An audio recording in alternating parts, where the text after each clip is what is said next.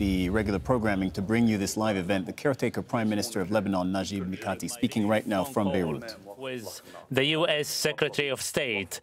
That's why my main demand was to have a ceasefire established, at least to have any bombardment on civilian and residential population stopped. This is what happened yesterday. 139, including 22 were fallen as martyrs. All of them were civilians. Therefore, this is no longer acceptable. Where is humanity? What reality are we living as?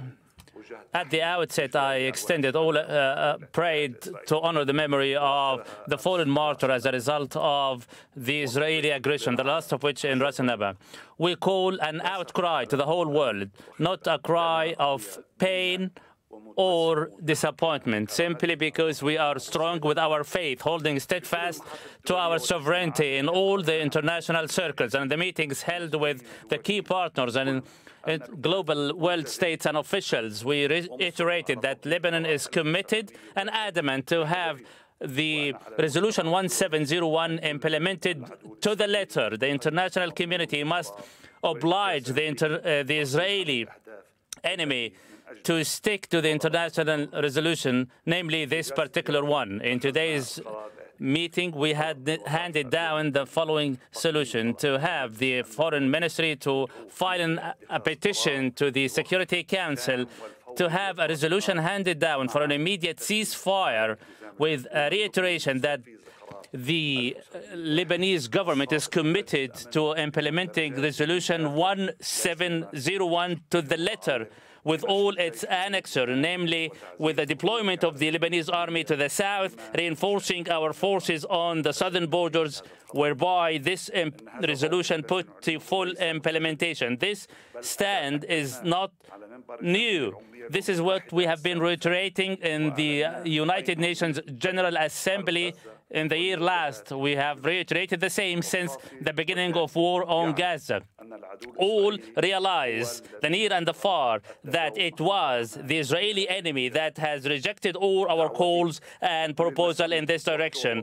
My call to all our officials and all the political factions to stand together to protect our social fabric and maintain the unity of our country. I warn you all that we are living in a dire moment in our history, despite all the efforts made globally and regionally to steer away from the unthinkable to happen. The Israeli war on Lebanon escalates, wreaking more destruction, killing, violating our skies and land, as if we are abandoned and as if we are forbidden from defending our homeland, our established rights, and our dignity. The Israelis escalating violations that goes beyond all norms and practices, and their daily aggression that wreaks destruction and claim innocent lives left us all victims to Israel's hubris that continue to violate our skies and land, taking advantage of the world's silence against their pogroms and repeated genocide attacks, steering away from all the international laws and turning a blind eye to all the norms, namely our right to maintain and defend our homeland, our sovereignty. This is not an SOS call. We are just sending a wake-up call to the global world conscience. The attacks on the UNIFIL forces by Israel is totally condemned. It is now in the hands of the international community, whose resolutions and international laws are repeatedly violated by Israel. The outcry launched by us from Ain al-Tin was based on the global stand taken by the United States, France, and other G2 countries. It is a call in the name of Lebanon and all the Lebanese. It is viable and workable for us to come together, our hands, our arms stretched wide open for peace and harmony for more unity with all our political factions. And each and every meeting, we reiterate our call to have a president elected at the earliest. We listen to the briefs made by the respective ministers. The first, the Minister of Environment, who briefed us on the daily effort made by the Emergency Commission, providing sheltering facilities, medical supplies, and food. We have now established more than 1,000 sheltering centers, including 600 school buildings.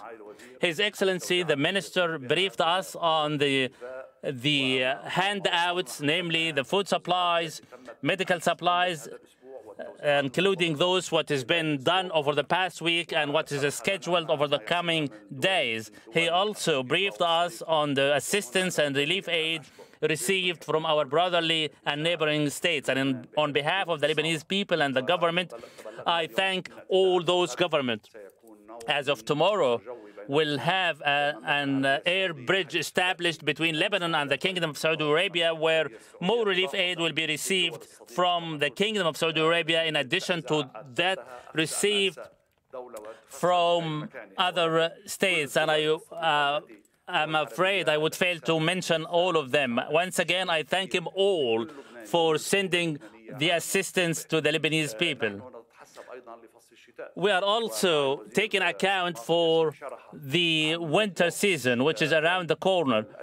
And His Excellency, the Minister, briefed us on the necessities required, namely the fuel needed for the sheltering centers and other state institutions. He also briefed us on the kind of clothes needed for the displaced people, namely children.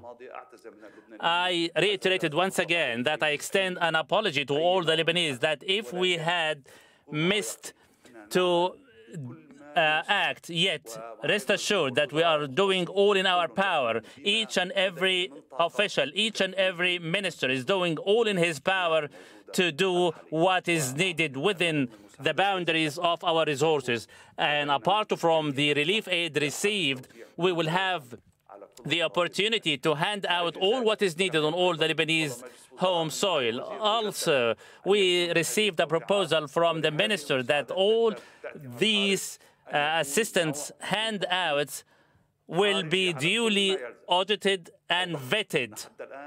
As we speak, we have not received any shortcomings. However, all the food supplies, the medical supplies, mattresses, clothing received will be posted on the government's website, explaining the source of this assistance, how it is distributed, and how it is handed out to the people. As we know, we have been reiterating, including this morning sessions, that all the international organizations operating in Lebanon are welcomed and they are free to work. Yet on one condition, all must be in coordination with the government in order to avoid any duplicate distribution of assistance. We have also received a briefing from the Education Minister, the conditions at schools and how to meet the requirements of the academic year. Especially many of the school buildings are now occupied by displaced Lebanese. The Environment Minister also explained that more displacement and sheltering centers can be established either by dedicating more schools or assigning other buildings. And we are in coordination with the concerned ministers looking for the suitable facilities to this direction. Also, the Health Minister briefed us on the current health situation.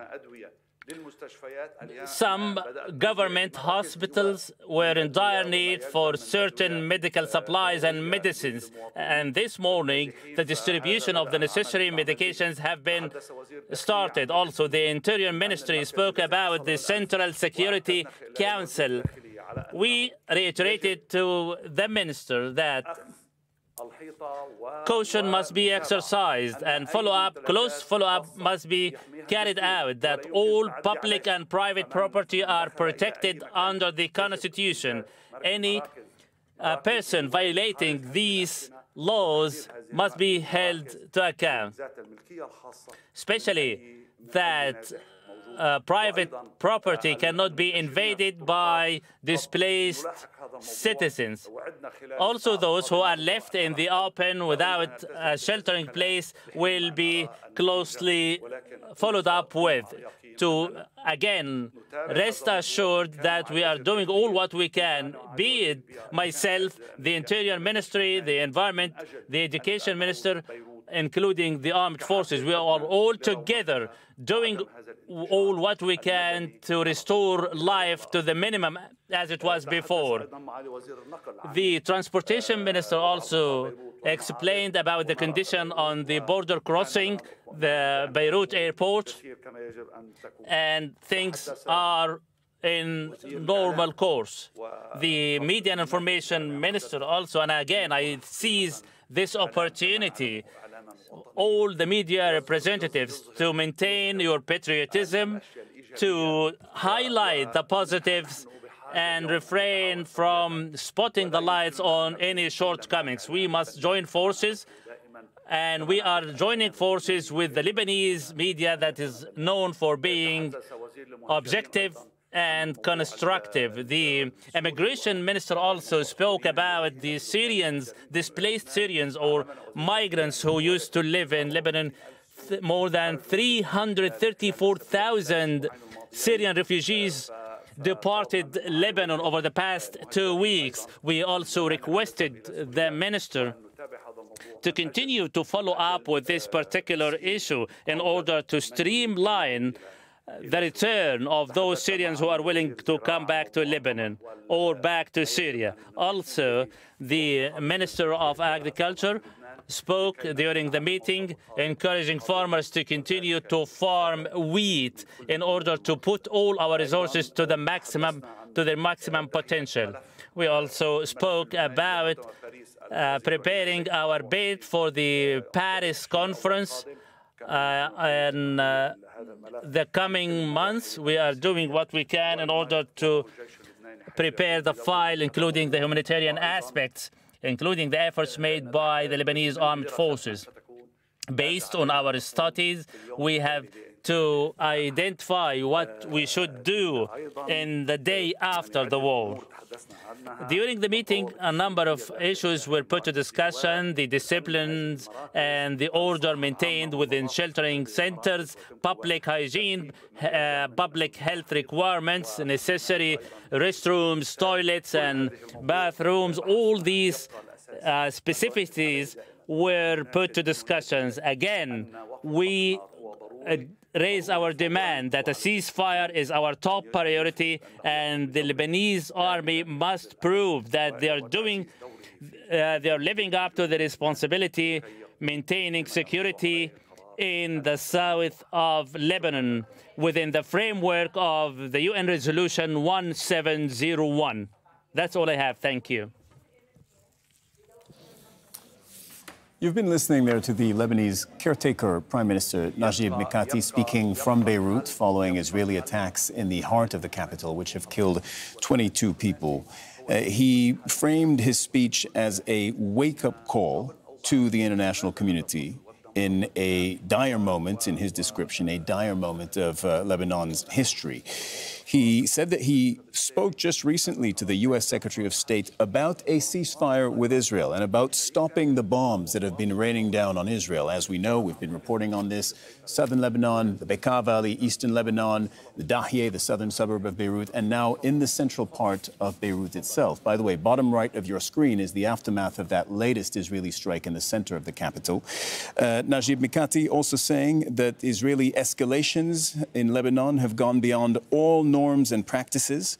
that the Lebanese government wants and stands ready to implement UN Resolution 1701. This is an 18-year-old resolution which really dictates and says what should be happening in southern Lebanon and has not been happening in southern Lebanon, which is that it should be run by the Lebanese military.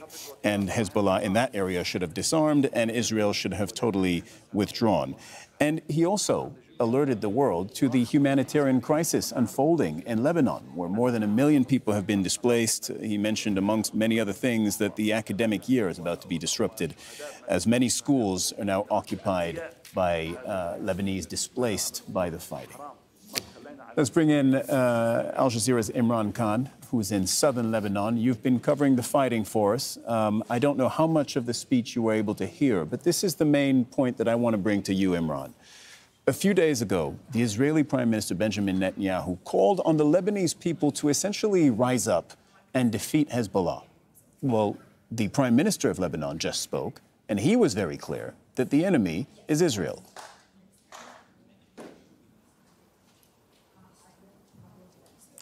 Well, that's the words that we've seen Najib Mikati talk about before. He's always been very clear that Lebanon is united and that the Prime Minister Benjamin Netanyahu of Israel is not going to sow discord. But I think this particular speech had a very, very key wording, and that's the wake-up call. He's talked about 1701 before. 1701 was supposed to bring peace after the 2006 war with Israel to the very place I'm standing in right now, the south of Lebanon. Now, that's all on the table. He's always pushed for that. But now there's a sense of frustration in his words, in his voice, because he knows he doesn't have a partner in Israel on anything. Israel is taking its war via the air and now via the ground into Lebanon. So 1701 is now becoming very, very crucial. It asks Hezbollah to push back north of the Litani River, for this to be a demilitarized zone and for the Lebanese army to take over. Now, you would think that actually would play into the hands of Prime Minister Benjamin Netanyahu, because he's got one goal, he says, and that's to bring the 60,000 Israeli residents back to their homes in the north. 1701 would do that exactly. Instead, the Prime Minister has chosen of Israel to go to war with Lebanon and in Lebanon. And so, therefore, that explains why the interim Prime Minister is so frustrated, because there is a deal on the table. It's been there for 18 years, and neither side have actually managed to get it going. So it's now not never, but it has to happen soon. And that's the kind of language, that's the kind of wording, that's the kind of frustration that we just heard from Najib Mikati there. Also, the humanitarian aid and the humanitarian toll is actually taking a toll on Lebanon's already broken infrastructure, and he was very keen to point that out as well. So I think those are the two key things we can take away from this, that he wants 1701 to be implemented. He sees that is the deal that both sides need to go back to. But Israel, through its actions, isn't interested, clearly. Imran, you couldn't be in a better place to be explaining Resolution 1701, passed in August of 2006, to us, because you're in southern Lebanon. Southern Lebanon is what 1701 is about. It's supposed to see the disarmament of Hezbollah removed from that area, Israel removed from that area. You're there, and what you're seeing is the exact opposite. That's exactly right, and it goes back 19 years. The occupation of the Sheba Farms, for example, by Israel is one of the reasons that 1701 wasn't implemented immediately. We've seen infractions from the Israelis coming over the border. That's another reason. Hezbollah firing rockets into northern Israel after the October 7th Hamas attack on Israel as a gesture of solidarity. Now this escalation that's been taking place since September 17th. 1701 is crucial. And it's a framework agreed upon by the United Nations Security Council, which passed 1701. It's fairly straightforward in its wording, but it isn't being implemented. And that's why Najib Mikati sounds incredibly frustrated, rather, and that's why he's using the words wake-up call. But let's just take a look at where I am. 1701 is policed effectively by the United Nations interim peacekeeping force in Lebanon. My cameraman's just going to zoom in on the Indian contingent base there. You can probably see the watchtower. Those watchtowers have now been attacked by Israel. Okay, twice now, and that is deeply concerning. They've been attacked in Nakura, where the Indonesian contingent is. The Indonesian foreign minister saying that this is a flagrant violation of international law. So if we take this as one key component of 1701, you're now attacking the UN. The people there that were supposed to bring about a situation where 1701 could be implemented. It's very difficult to see, Cyril, 1701 being implemented anytime soon, not when the United Nations is now under attack. Imran Khan, I can't thank you enough for all of that, the reporting, the perspective, the explanations. Thank you very much. That's Al Jazeera's Imran Khan reporting from Hezbollah in southern Lebanon. To Gaza now, where the Israeli army has bombed several areas in the north and center of the Strip, killing at least 4 Palestinians and wounding many others. It targeted homes in Al-Maghazi and Al-Nusayrat refugee camps, as well as in Gaza City. Many of the injured have been taken to Al-Aqsa Hospital in Deir al-Balah. And Israeli strikes across the Strip